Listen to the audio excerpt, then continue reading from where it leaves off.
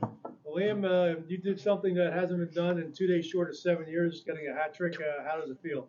It feels awesome, but I mean, it feels even better that we got the win. So we're looking forward to tomorrow and see if we can do it again. Yeah, how pleased are you though with it? I mean, obviously it's your first career hat trick, and you get two power play goals, and then you seal it with the empty netter. No, yeah, I mean, I'm very pleased. It's an exciting moment, especially for Union hockey. I mean, 7 years is a big deal, but I'm just excited for the win and to get back after it tomorrow. Let's go through the goals there. The first one, you're on the doorstep there, and is that you're basically your power play home there.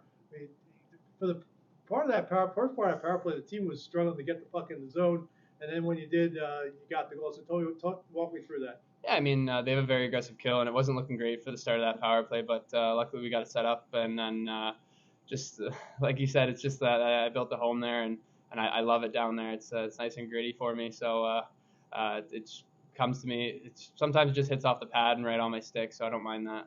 Yeah, the second one, I guess, sort of a fluky one because Colby one times it sort of shanks it, but it rolls right to you. Yeah, it worked out perfectly, I guess.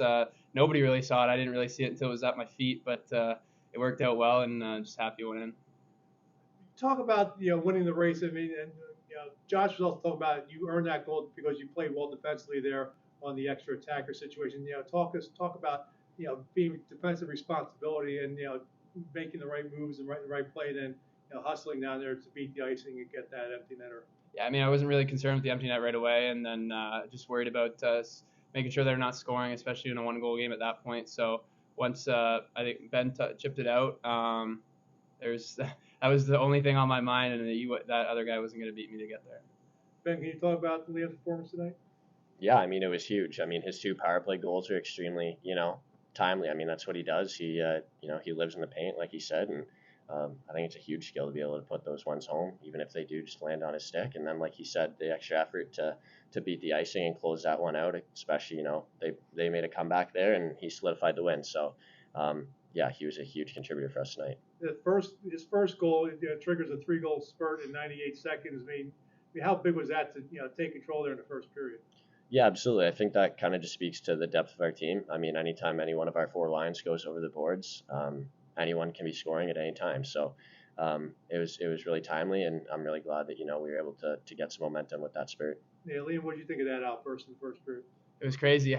I sat down after the first goal, and next thing you know, before I even had my next shift, there was two goal horns going off. So it was awesome. I mean, that's what we look to do after a goal is keep the momentum rolling, and that's what we did tonight, and we're gonna do it again tomorrow. Yeah, you guys have a 4-1 lead there in the second period, but I mean, Colgate outshoots you guys 16-6 to get a penalty shot, which they missed.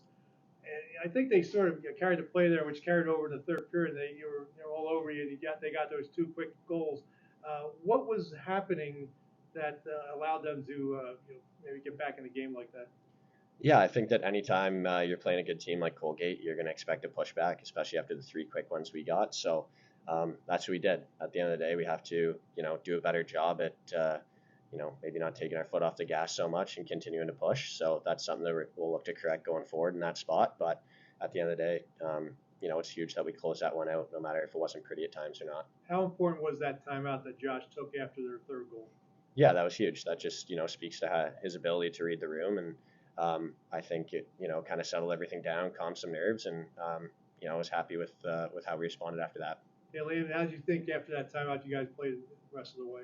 I think that timeout was perfect. It calmed us down. We got a little rattled there, especially on the bench after the 2 quick goals from them, and it worked out perfectly. And after that, we just took it to them after, I think, and shut them down. And that's what the timeout did for us, and I think it was perfect. How important was Kyle's play there in the second period to keep it a 3-goal margin? That's what he's been doing for us all year, and I know he'll continue to do that. He's the reason that we won that game. Realistically, they had a couple of grade A chances there, and he was the reason we won that game. Ben, your thoughts on that?